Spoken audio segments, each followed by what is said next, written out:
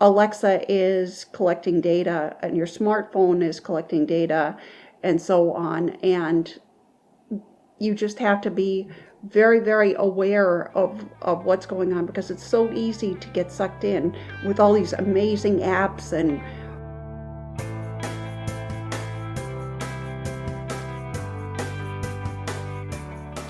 Welcome to Zestful Aging, where I talk with fascinating and inspiring guests who are living their lives with vibrance and purpose.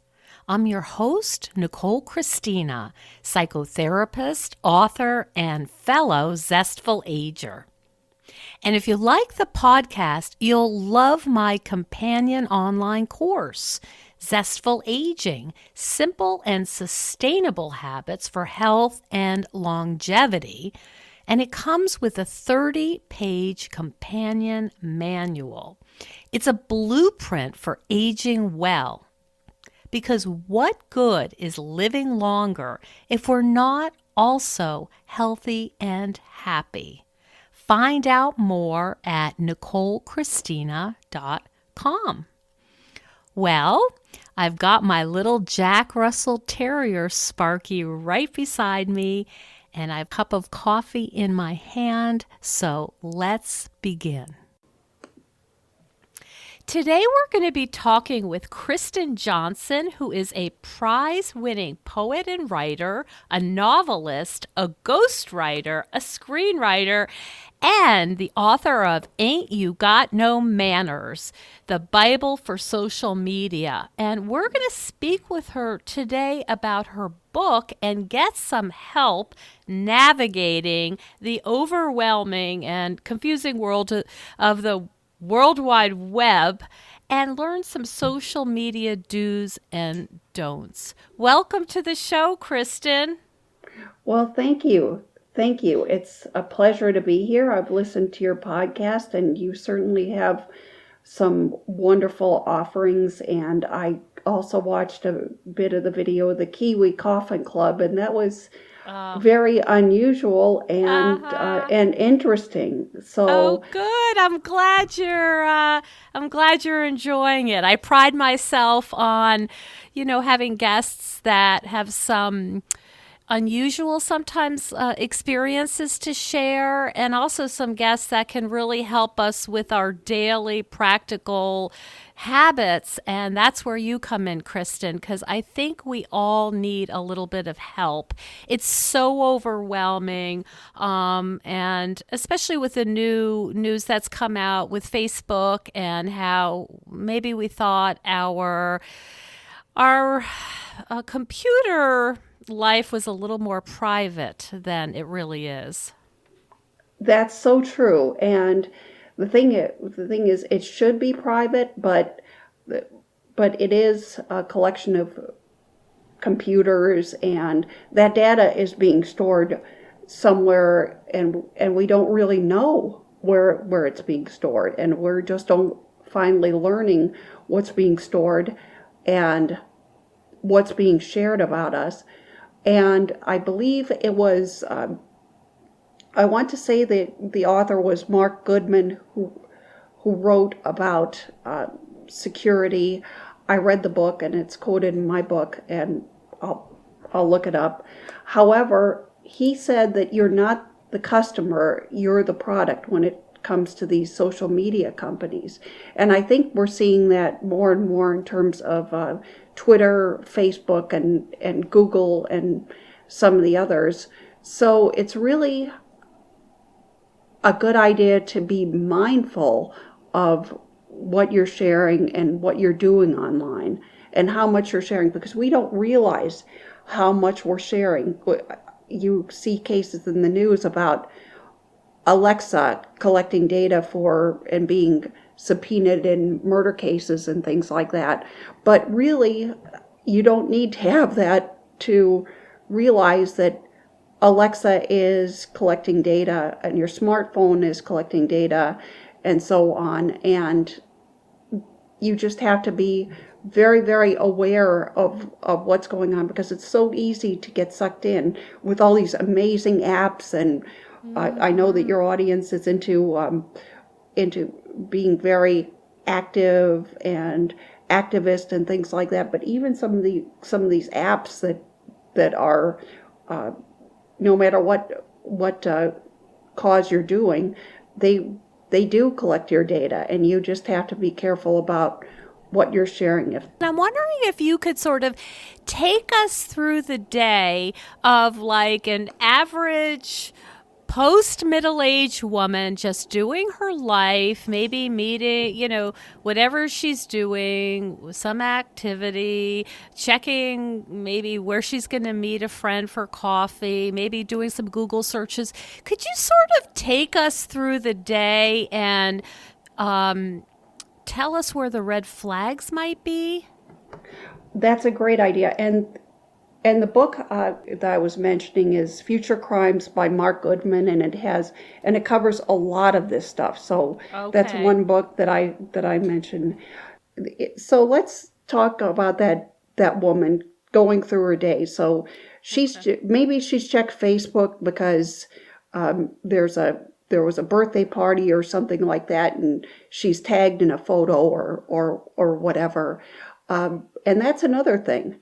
When somebody tags you in the photo, and maybe you necessarily don't want to be tagged in a photo because you don't want all that activity out there, even if it's joyful activity, you have the option to remove that tag in Okay.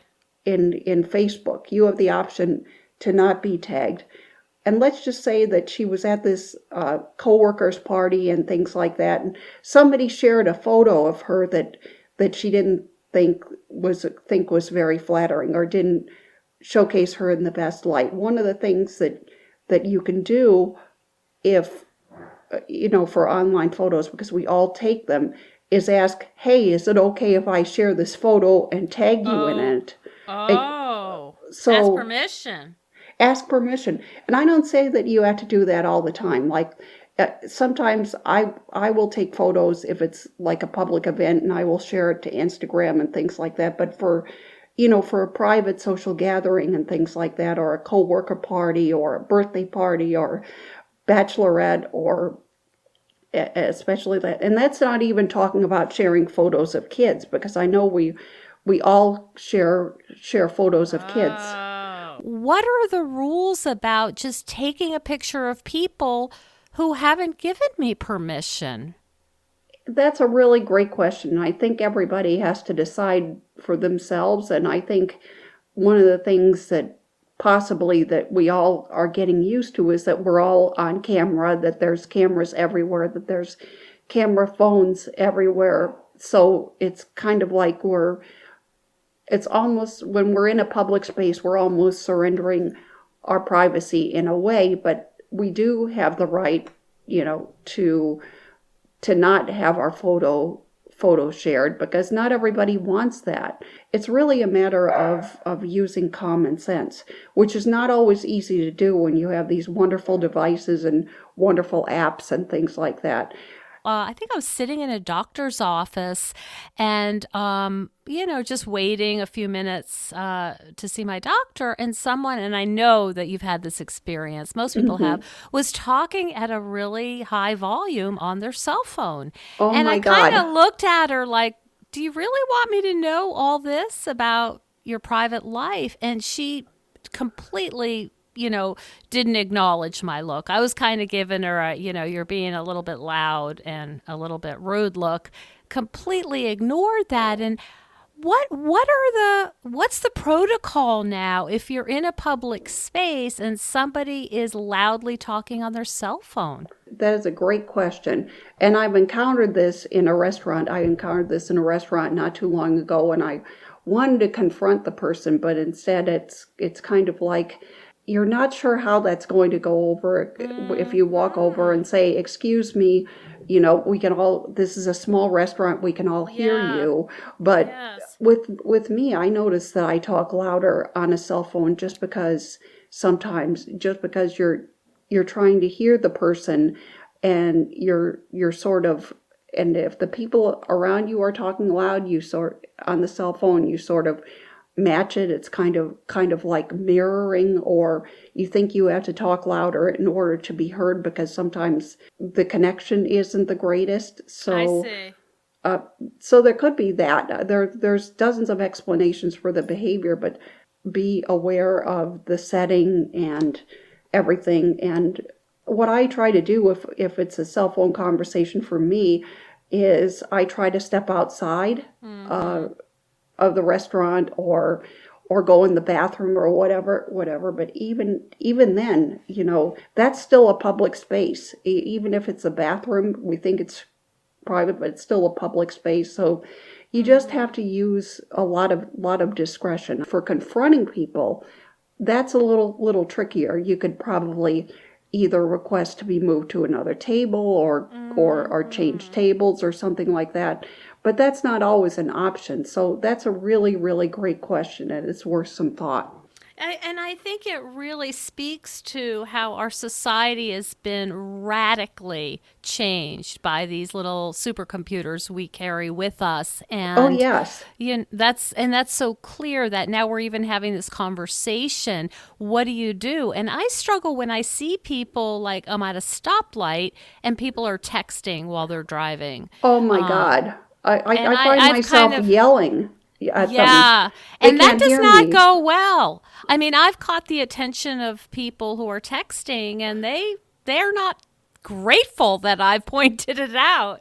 Exactly. And I've found myself seeing texts come in on my smartphone when I'm driving, and I think, okay, nothing is that urgent.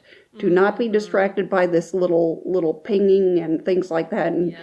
if it's that important, or if it's bothering you that much, if someone needs a response right now, which very few people do, just pull into a shopping center or something like that. Pull over on the side of the road if you can. But otherwise, like they say, it can wait. It's not, it's not that important. And I know we all know this, but the thing is about these Yeah. devices is it's brain hacking. So let's take your listener who's going through her day. She may not even realize, in addition to all the other demands she has, like work, relationship or marriage, children, community service. She may not even realize that these cell phones and everything are just bombarding her brain with all these, with the demand to constantly check it. And then it's weird because we look at our kids and how they're glued to their smartphones. I was listening not too long ago to another podcast where a parenting expert was talking about how teenagers sometimes decompress on their smartphones, decompress from their day because they've been on all day and so forth. And there's probably a place for that. What are your thoughts on that? Well, I would be really hypocritical if I said there wasn't a place. I mean, I love that I can look at thousands of knitting patterns in a second, that I can learn about, how to identify a particular kind of moss, or what it means if my dog is scratching, I mean, it's like having your own reference librarian. I love that. So I'd be really hypocritical if I said to my son, that's bad for your brain. I think we're all kind of in this same mess. That's a really interesting thing because in Ain't You Got No Manners, I talk about the need to kind of step away from the devices, even though I have mine close at hand, turned off on airplane mode, of course.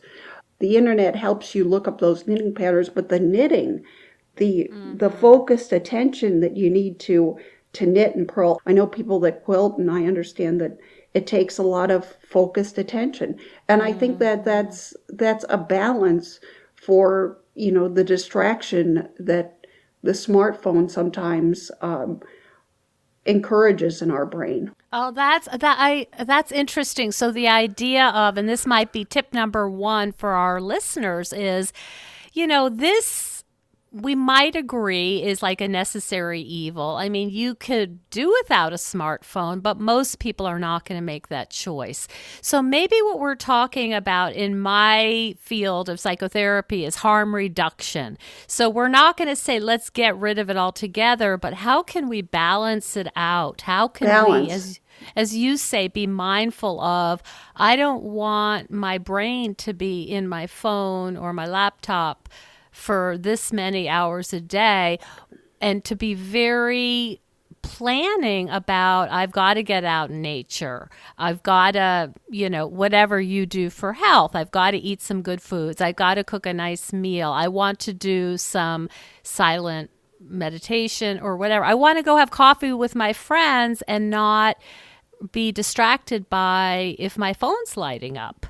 Exactly. And it's, I understand the balance between, if you've got kids or chances are that 45-year-old, that middle-aged woman might have parents or some other elderly parents needing care or something else. You need to be kind of have your phone out in order to have people get a hold of you if they need to and so forth. But on the other hand, it's just kind of a matter of deciding what's urgent, using our brains to decide what's urgent. And but the thing about they've determined that they're hacking our brains to stay on the apps, on Facebook, Twitter, Instagram, and I love Facebook and Twitter and Instagram, but they're hacking our brains for us to use the phones longer and things like that.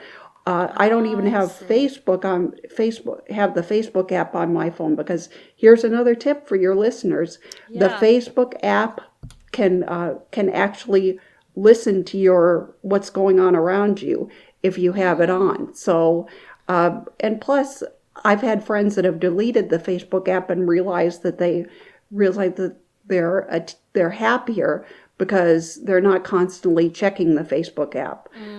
So anyway, that's another tip from your listeners. Let's talk about that options of choice.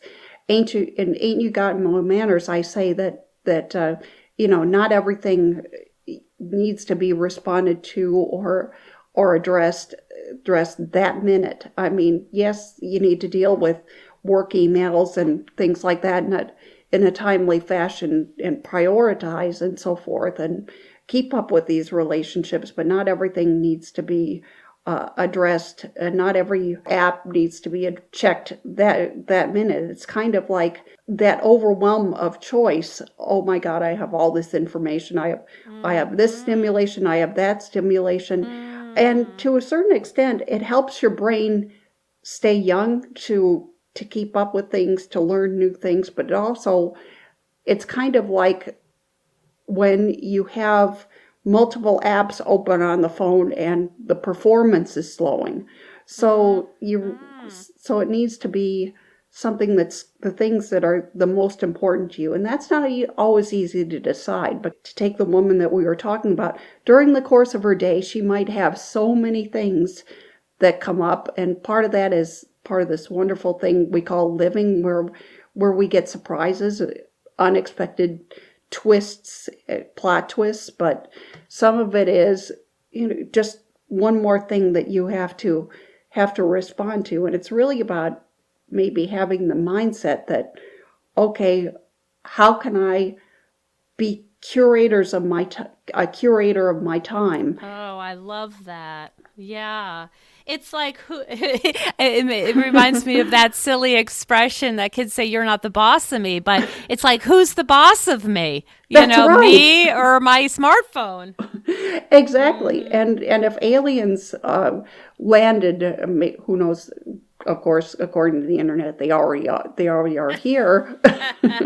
Maybe they are. Who knows? But anyway, if aliens landed, they think that these smartphones were the overlords, and we keep joking about artificial intelligence and robot overlords, but it's almost like they would think that we were the servants of these smartphones instead of the masters and actually the creators. So, just switching gears for a minute, how did you get interested in the whole question of social media and how it's affecting us as a culture?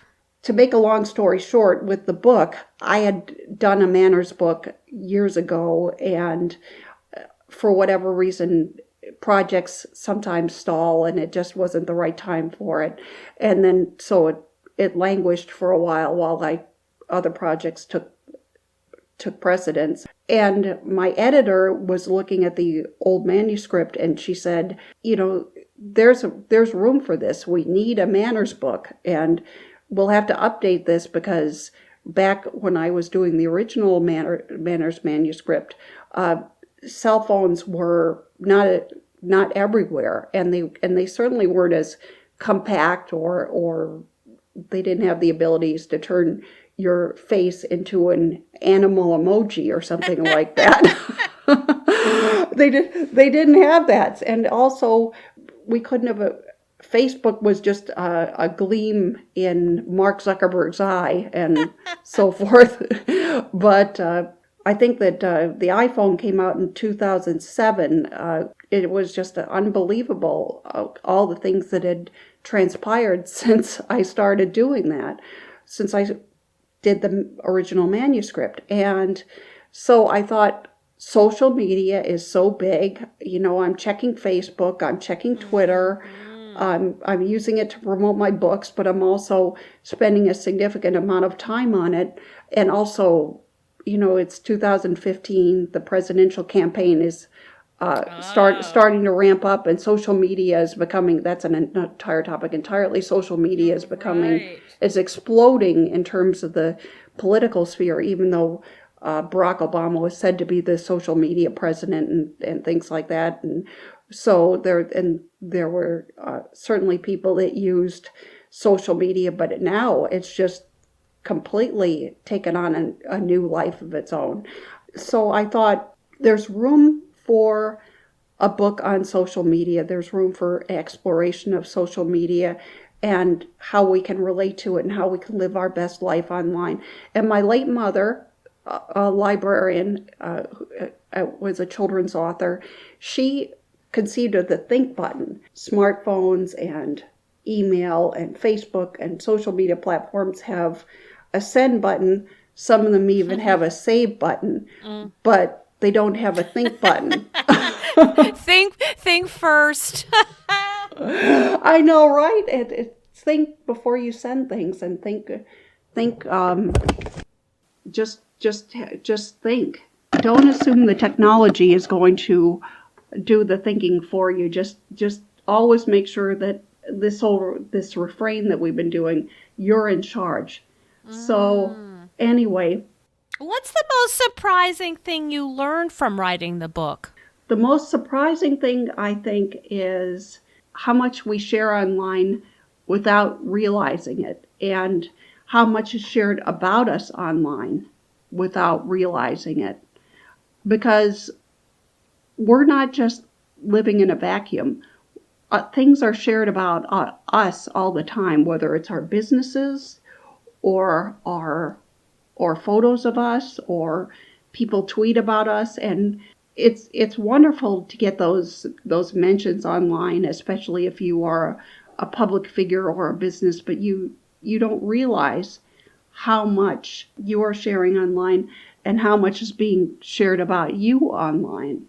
So, and also the amount of misinformation that's out there on the internet. I mean, we always knew that, okay, don't trust everything you read on the internet. Don't trust all the medical information and things like that. There are hoaxes online, and dare I say it, fake news and things like that. But you really have to be careful about information that you read online. You just have to be mindful and be curators of that information, and that's overwhelming. I think one of the things that surprised me in reading the book is just how much information there is out there on the internet. I guess I knew of it, but it was the tip of the iceberg. and just how many differing opinions there are out there, and you just really have to say, okay, this is the way things are. Well, maybe not. Maybe this isn't the way things are. Maybe you need to dig a little deeper. And So sometimes, for example, like if you're looking for, I used the example earlier of, oh, my dog's scratching or something like that, and you go on. How do you know then? Is there a way to determine if that veterinary advice is sound? Are there ways besides being taking it with a grain of salt? Are there particular litmus tests for knowing if something is a hoax? uh, and it may not even be a hoax, it may be an opinion. That's the other thing. I Something I see. say in Ain't You Got No Manners is people have very strong opinions, and what they're sharing, it may not be, it's not a hoax, it's their opinion. But you just have to look at that and say, okay, this is person X's opinion, person Y has a different opinion, and also just really talk to people, talk to professionals, talk to your veterinarian, do some research, and that can be exhausting because we want the solution right away. Our lives, to return to that woman that we've been talking about, her life is already so busy that she wants a solution. She wants to be able to, okay, get it done, because she's got a list she's going down. At least if she's like most people, she's got a list, and she wants to get to the important stuff: family, friends, relationships, work, kids, and some of this stuff you just have to make a decision. We've been talking about some of the downsides of tech, but I think there's a lot of upside of tech. There's an upside to some of these apps that are supposed to help you manage and lists and reminders, because we can't live without reminders. I know I personally cannot live without calendar reminders, and the thing is writing things down. I think the tech reminders are great. The online calendars, iCal, whatever app, productivity app you used, lists on your iPhone or lists on your Mac or whatever. But there's something to be said for handwriting and writing things down, and I think it's a good thing to get into, to have more than one tool in order to just remember stuff, because there's so much we have to keep track of, and there's something very focusing about writing things down. And for some of us, me included, our handwriting may not be the best at times, but there's something good about remembering to do handwriting, and even just typing instead of some of the stuff we're used to. And I know a lot of people that do handwritten notes and are very thoughtful about it. So Yeah, it's coming back into vogue. and I think that's one way we can help ourselves slow down. And maybe the last thing we might want to think about is writing a birthday card, or writing a thank you note and things like that. But there's really something very centering about that. I know it's politeness and everything, and it's wonderful and show consideration, but the power of a handwritten note, or even a typewritten letter, is just incredible. And they have apps where they have services where you can print your own cards and things like that, and customize your own greeting cards. So Right. online. So that's one way in which technology, you can marry technology and these social graces in order to just add that personal touch in the day, because I think I love that that. helps. A personal touch. So, where can people learn more about navigating this world of the social media and all of the internet and this kind of tech stuff? Where's the best place to find you, Kristen? The best place to find me is kristinjohnson.net, Kristin, Johnson, JOHNSON.net. There's also the website for the book, augnm.com, which is short for ain'tyougotnomanners.com. And also, they can find me on Amazon. Amazon and Smashwords. The book is on Amazon and Smashwords. I'm not familiar with Smashwords. What is that? It's an ebook platform. It will distribute ebooks and sell ebooks on Mobi and PDF and different platforms. Kindle, of course, it goes out on Kindle, but it's an ebook platform. So I'm on Smashwords for the people that love ebooks. And that's the other thing. We probably all have tons of ebooks, and I hope Ain't You Got No Manners will be one of them. But the print book there's just something great about having a print book in your hand. Yep.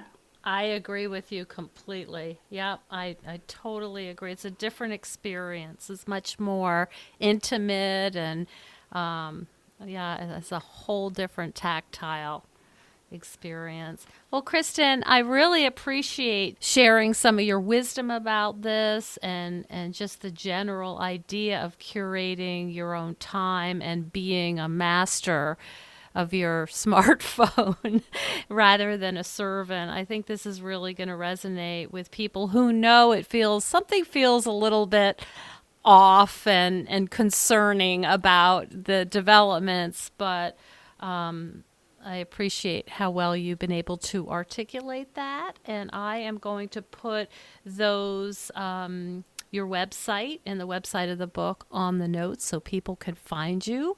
And I really appreciate you sharing your time with us today. Thank you so much, Nicole. Thank you so much for joining us on Zestful Aging. If you like the podcast, please share it with some of your friends. I love to hear from my listeners. Send me an email at NicoleChristina.com. In this phase of our lives, we're more aware that our time is precious, and we certainly don't want to waste it taking care of stuff that we no longer need, left over from a life that we are no longer living. We know we would feel better with less clutter and more open space, but we don't know how to get there. If this sounds familiar, I'd love you to check out the online course I've developed with professional organizer and designer Carrie Luderin. This course is different than others you may have tried because we give you clear steps to deal with the clutter and tools to help you face the overwhelm and feelings that come up when you're going through your clutter. It's practical and realistic, and the lessons are short and punchy and very manageable, but it has the power to change your life. We all deserve to live in a peaceful home without the chaos of too much stuff. Find out more at NicoleChristina.com. And stay tuned next week for another interview with a fascinating and inspiring guest. See you then.